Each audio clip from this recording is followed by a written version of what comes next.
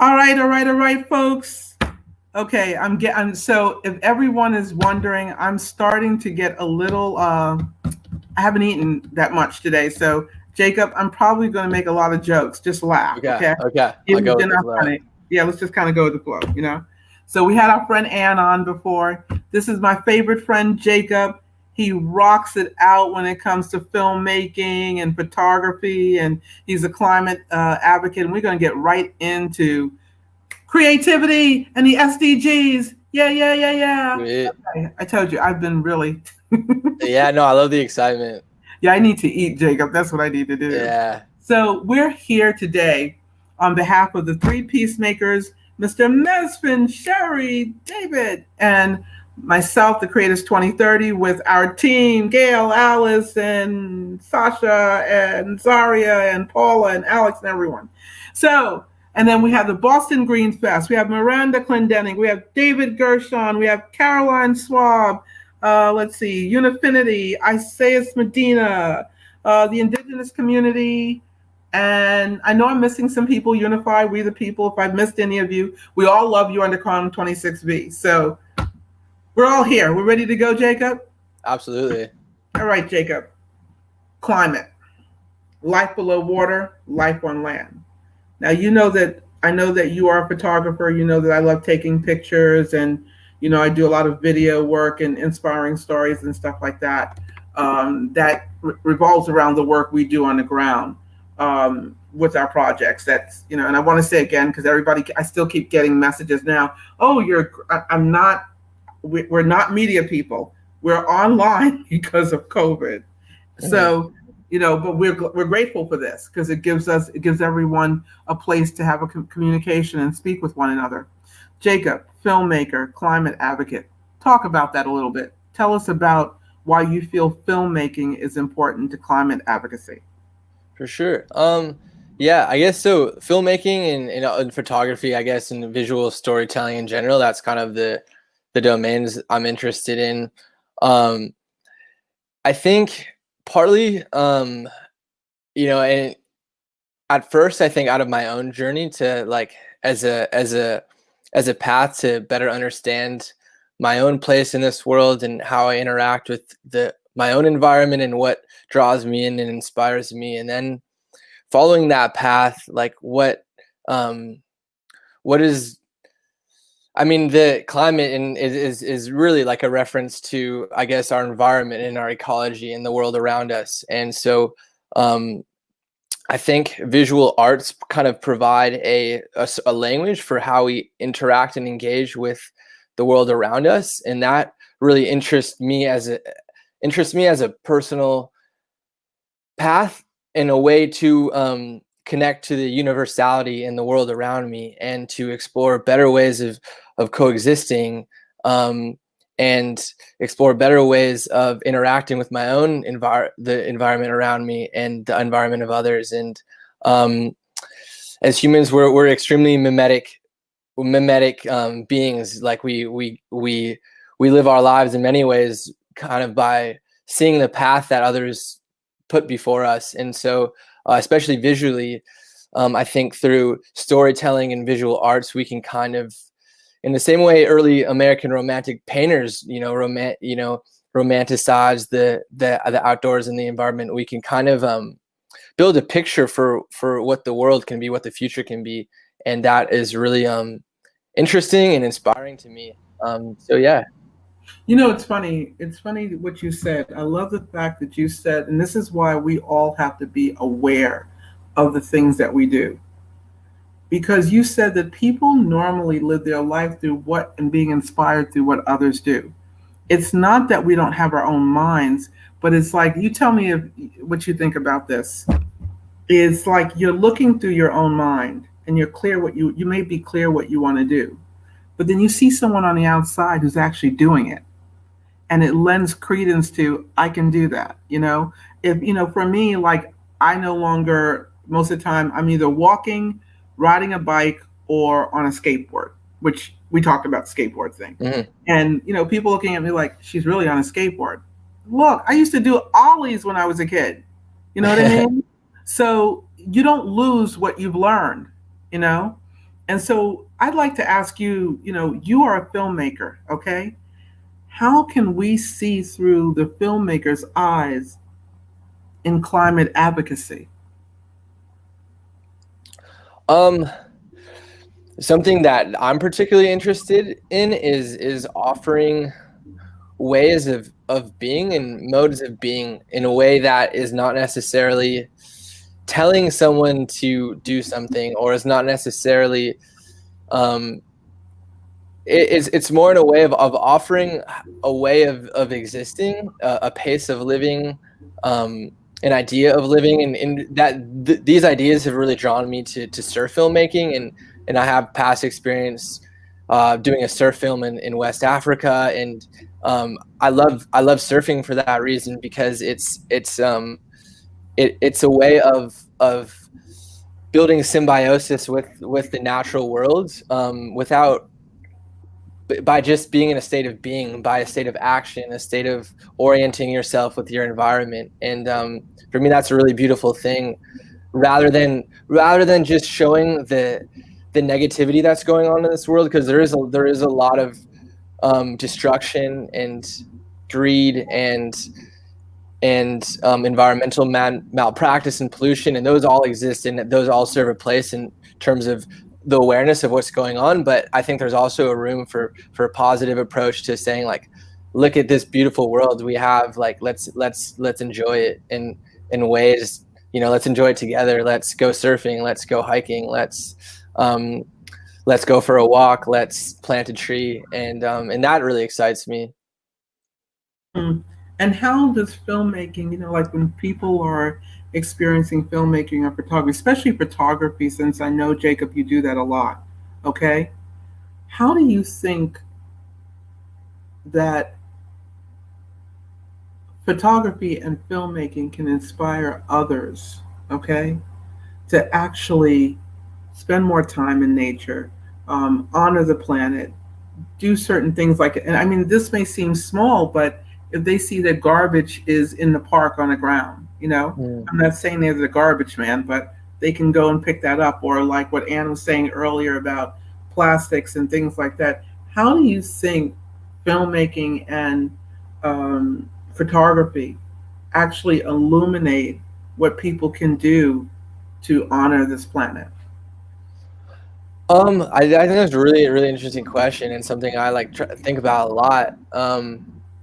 And I think, I mean, partly I think through, like I mentioned before, the like a lot of the romantic painters kind of had this perspective of nature toward, like, this exaltation of nature, this spirituality of nature, the grandness, the holiness of the natural worlds. And to me, that's like a really, I mean, just on a personal level, like feeling the holiness of natural beauty of the natural world is something that inspires me to want to do the best that I can, and to think a lot about how to preserve that beauty, and to make it more abundant. So I think through, and for me, like, I found it so useful just to spend time in beauty, and so the more we can, I think, inspire each other and ourselves to spend time in immersed in the beauty of our environment, the more we can be conscious of making that environment as abundant as possible for everyone, um and creating the best relationship we can with each other within that context. And how does creativity in filmmaking and photography lend to that experience? I think through building that inspiration, like through sharing that, evoking that inspiration in others, and we have this really strong emotional connection to art, and art, I think, perhaps more than anything, can really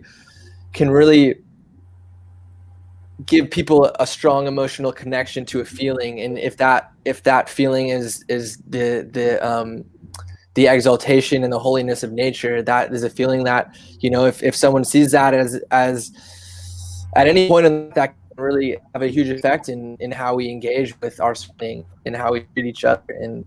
Um and so, yeah, I mean, art is really, I think, the way we the way that we see what's possible. And so, I think for me, that's something that really inspires and motivates me, is like what's possible, and like how do I be inspired by that, and how can I maybe share that with those around me. You know, I'd like to ask you, so as a filmmaker and a creator, you know, you and I both are creators. We're in the middle of doing a project now. And as a filmmaker and a photographer, what kind of work do you do to evoke that experience of this planet? You know, the way you want to see the planet, or the way you want people to engage with the planet in a more holistic and a more respectful way. How does your photography, let's start with that. How does your photography evoke that? Um, through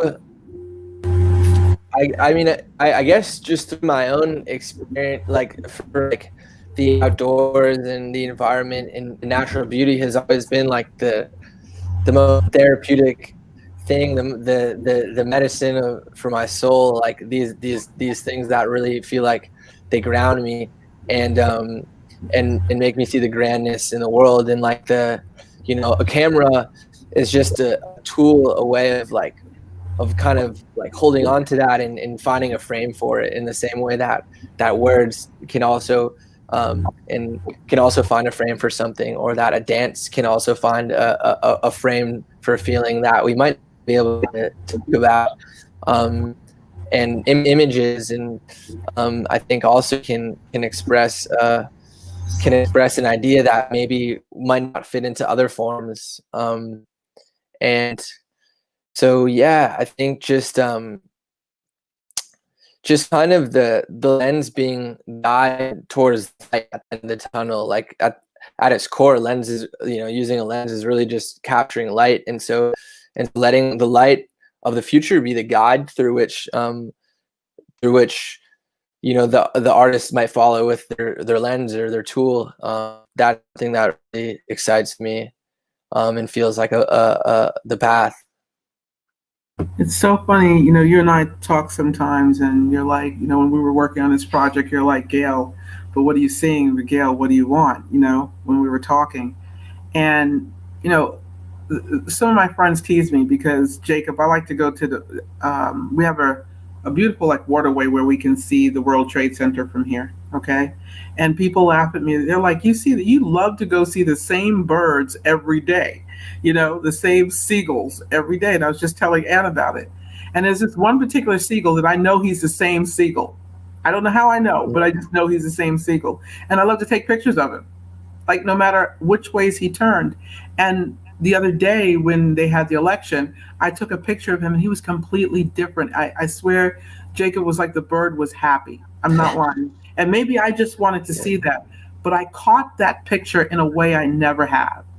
Sweet, I love it. Yeah, it was like the beauty of him over the water. Okay, how does that lend to advocacy or climate or whatever? One, because nature can be used as a prescription to mental health. Okay. And so that was one thing. The other thing is he was just eating whatever we left over, you know, like the breadcrumbs or whatever. This is not even stuff that people were feeding him, but it was just breadcrumbs that people left, or, you know, Starbucks bread that they had just thrown on the ground or whatever. And I was just thinking, what we see as garbage is someone else's food. So what if we began to really start planting our food, start growing our food, you know, like hydroponics. You can grow food literally in your living room, you know? And some of the youth that we teach taught us a lot about that and the importance of it. I knew about it, didn't think about it, and then, you know, one of our group members started doing it, and we started taking pictures of it and noticing how the food grew and how people were interested in the pictures that made them go and do it. So for me, photography can be used as an impetus to have Mm-hmm. people, like just like you said, be inspired to go and take pictures of birds, or go walk outside to clear their minds, or go ahead and actually have the food, you know what I mean, Mm-hmm. to feed something else, another animal that might need to eat, or Yeah, something like absolutely. that. You know, so just things like that. But what if we didn't throw it on the ground? We gave it to them by choice, which a lot of people do. But it was just a different impetus. And I think COVID has taught me to just be even more mindful, you know, Mm-hmm. to appreciate the smallest of things. And I love looking through the camera, not for social media, but for what is possible, the vision of what's possible that I can't sometimes see in front of me. Mhm. Oh, for sure. Yeah. Yeah. No, I think that's a great point. Um, like I personally, that's why I love shooting on like analog too, because you don't really know what you're gonna get when you shoot it, and it really like puts you into the moment of just taking the photo and bringing the camera with you. And like I think too, when you're thinking in that mindset, it's like you're almost noticing more. You're you're more tuned in, perhaps, um, to your surroundings, and you're noticing how things are moving, and you know, in the bird and the seagull that you might see every day, and yeah, what drives you to want to interact and communicate with the life that's around you. But everyone has their own way of doing that, and um, so you know, whether it's with the camera or just they're thinking or writing in a journal or drawing or just sitting and noticing is a beautiful thing in and of itself. So I want to really get into your thoughts about some things, Jacob. Is that okay with you? yeah. I want to find out what you think is some of the most important solutions. Okay, can you give us like one solution through a creator? You're a creator, you know, and that's why you're down with us at the Creators 2032. Um, and it's not about putting our name out there. No, it's more like you are really a creator.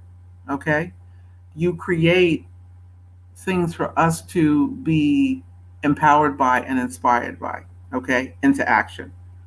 What are your personal solutions that you think for ending this climate crisis that we're in as a creator? uh, yeah. I think I really am interested in and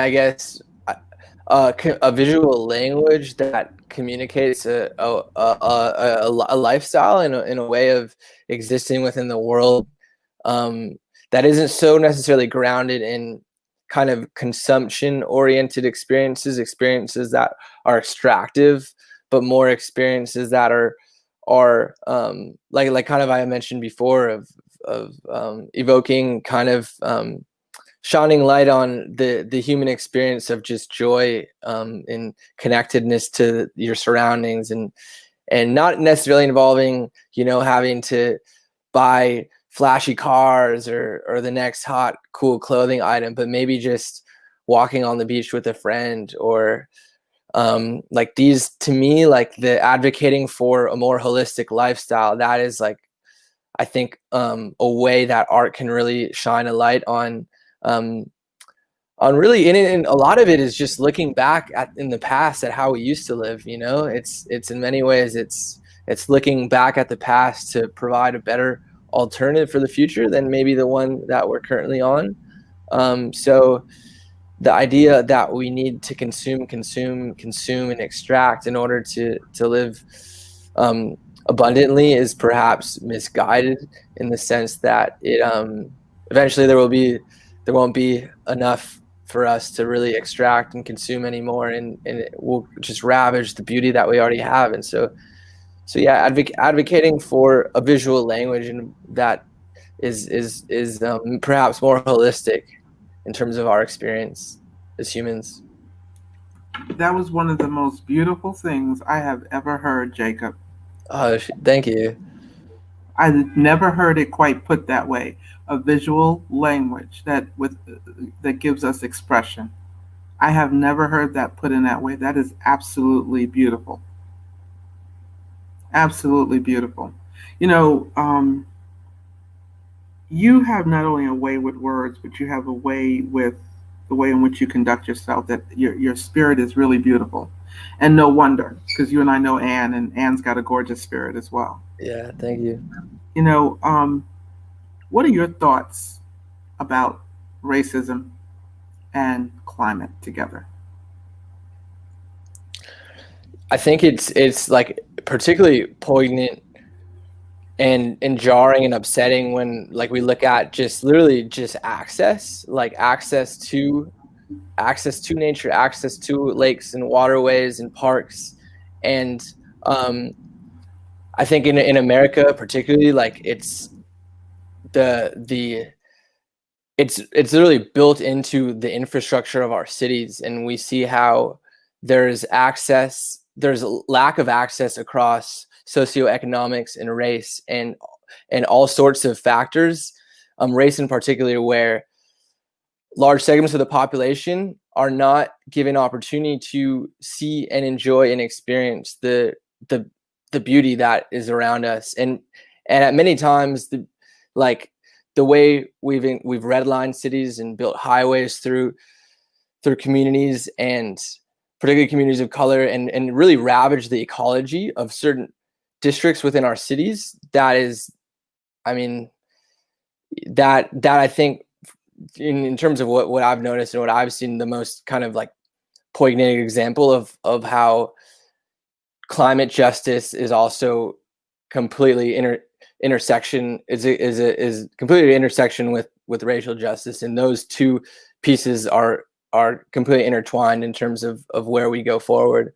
So I mean, we're starting to see more, I think, more dialogue in terms of like acknowledging that building a better ecology is completely intertwined with access, and are we providing commons for all of us, everyone, to enjoy and have access to. And so yeah, I mean, those are some of the thoughts in terms of how I've seen, and yeah, hope, and like I think we need to prioritize access. That has to be at the forefront. um how is anyone supposed to appreciate natural beauty if they don't have access to enjoying it? Like, so I think the more. Wait, Jacob, roll that back again. Say that again. That is very powerful what you just said. Like, how is anyone supposed to prioritize, and see the beauty of the natural world if they're not blessed with access to it? Wow. Wow. I want you to get the power of what you just shared.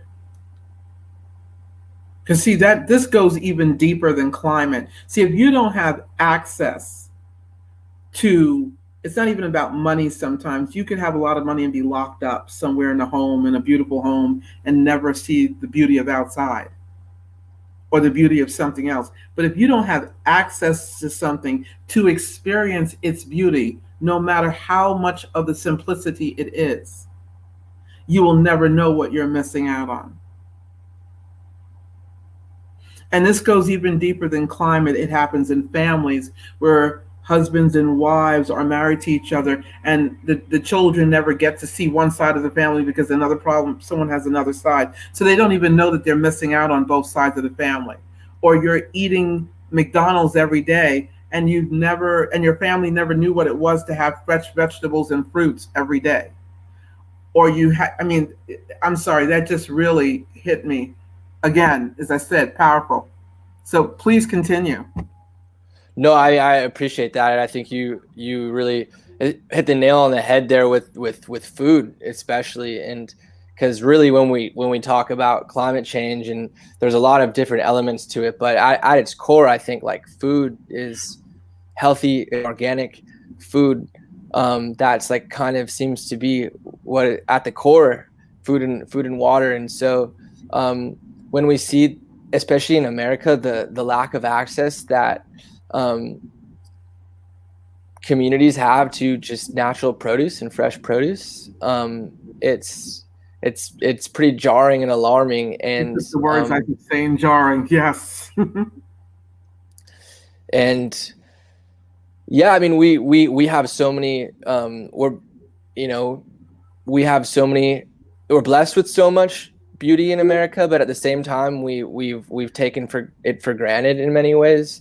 And seemingly from some of my own experiences traveling, like in many ways, America is one of the worst places in the world to be poor, because there's so little access to healthy and high quality, affordable food. And you know, we've literally created food desert. The wealthiest country in the world has urban food deserts. You know, that doesn't make a whole lot of sense. It doesn't. When I've gone to Asia, Jacob, and I see the food that's plentiful around me, okay, it's unreal. It's unreal. Um, yeah, it's just unreal. And when I've gone to Europe as well, the food, it's funny in Europe that the garbage food is more expensive, and the regular food is really the normal price. Yeah, yeah. You know, I'm sure you've seen it, especially like in Germany, junk food is expensive. Hmm. You know, so is there anything else before we go? I mean, Jacob, you dropped some serious jewels on us today. Is there? You know, thank you for asking really great questions that are definitely, you know, making me think, and yeah, I really appreciate that. Yeah, but I Um, appreciate the jewels you're dropping. I mean, you know that especially this last one. How can you, if you don't have? I can't even remember how well you put it. How if you don't have access to something? You know what I mean?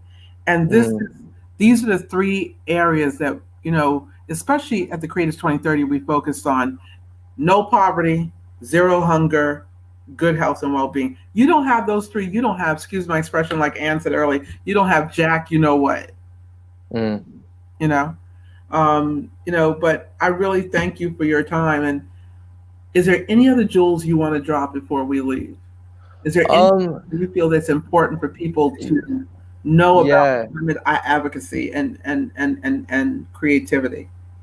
Yeah, I mean, well, so the questions you were asking definitely reignited like an idea in my head, in terms of like how awesome it would be to have more environmental education in our public school systems. Like, why, you know, just as important as memorizing history dates and learning equations, like why not, you know, give people the chance to experience the beauty around us and to learn about how to enjoy it. And it doesn't seem to be a huge part of the public school priority at the moment. But why can't it be? Why can't that be an essential piece um, of the American educational system, is enjoying the outdoors and enjoying what we have around us. Yeah. I don't know if you saw this video going around. It's very powerful what you're saying because it's making me think of a video. There was a little boy, and his father is holding his brother in his arms, and the little boy is about probably 3 years old, if that at two. And the father drew a whole long obstacle course in his yard, like all the way down the driveway, and he'd have to go around in a circle. He'd have to touch the ground with his hands. He'd say, "Now you have to jump on the logs." So he colored the logs brown, and the water in between was blue. So he said, "You have to Hmm. jump on the logs." And the little boy jumped on the logs, and it was just an obstacle course as though he was out in the, out in the forest. And he passed it, and he had hopscotch, and he had to do his ABCs through learning about the forest. It was wild and it was amazing. And there was no computer. And as much as I love technology, none of that was present because I believe Mm, you have to use your own mind. Pen to paper makes you connect more with what's important to you. And when you just said what you said about environmental education, getting our kids out there, letting them experience it, not teaching it through some stupid computer. mm, Do it that way too because they've got to learn, but teach them outside too. And there's mm. a saying: if you put your hands in some dirt, which I'm not going to do because I'm scared of spiders, but if you put your hand in some dirt and you start, I've done it too. We all did it. Do some gardening. It gardens the mind too. Mm, mhm. And I know you know what we're talking about because we've talked about this before. It really gardens the mind. So I really thank you, Jacob, for being on. As always, it's really cool talking to you. And yeah, you take us to the next level when we least expect it. Just dropping the jewels. I mean, I really, it really comes down to the awesome discussion and questions that you guys all provide, and the fact that this is, this is a priority to talk about these issues is awesome. So just really, really appreciate being a part of it. And yeah, thank you. Yes, and we'll definitely have you back on. And I am not yawning from you, Jacob. You know that I'm yawning, and I'll just let everyone know straight up. I'm tired. Mm-hmm. When you're online, what people don't, there's a study that shows being online actually takes more out of you than when you're talking and loving on people in person. It's just totally different. Yeah. So thank you, and you were, as always, super amazing. Just hold on in the back in the green room, and everyone, thank you for tuning in and taking your time to listen to Jacob and learn. We tried to provide you today from Com26V with just information, not only information, but solutions that you can use. Our group at the Creators 2030, we focus on solutions, solutions, solutions. And the people that are at Com26 with Messman, Sherry, and David, they do as well. And Miranda's, I could go down the whole litany, but all of you know what we're saying. We're all partners here. We're all rocking it out. We're all working together. So, Jacob, just stay with me in the back, and everyone else, peace out until our next guest.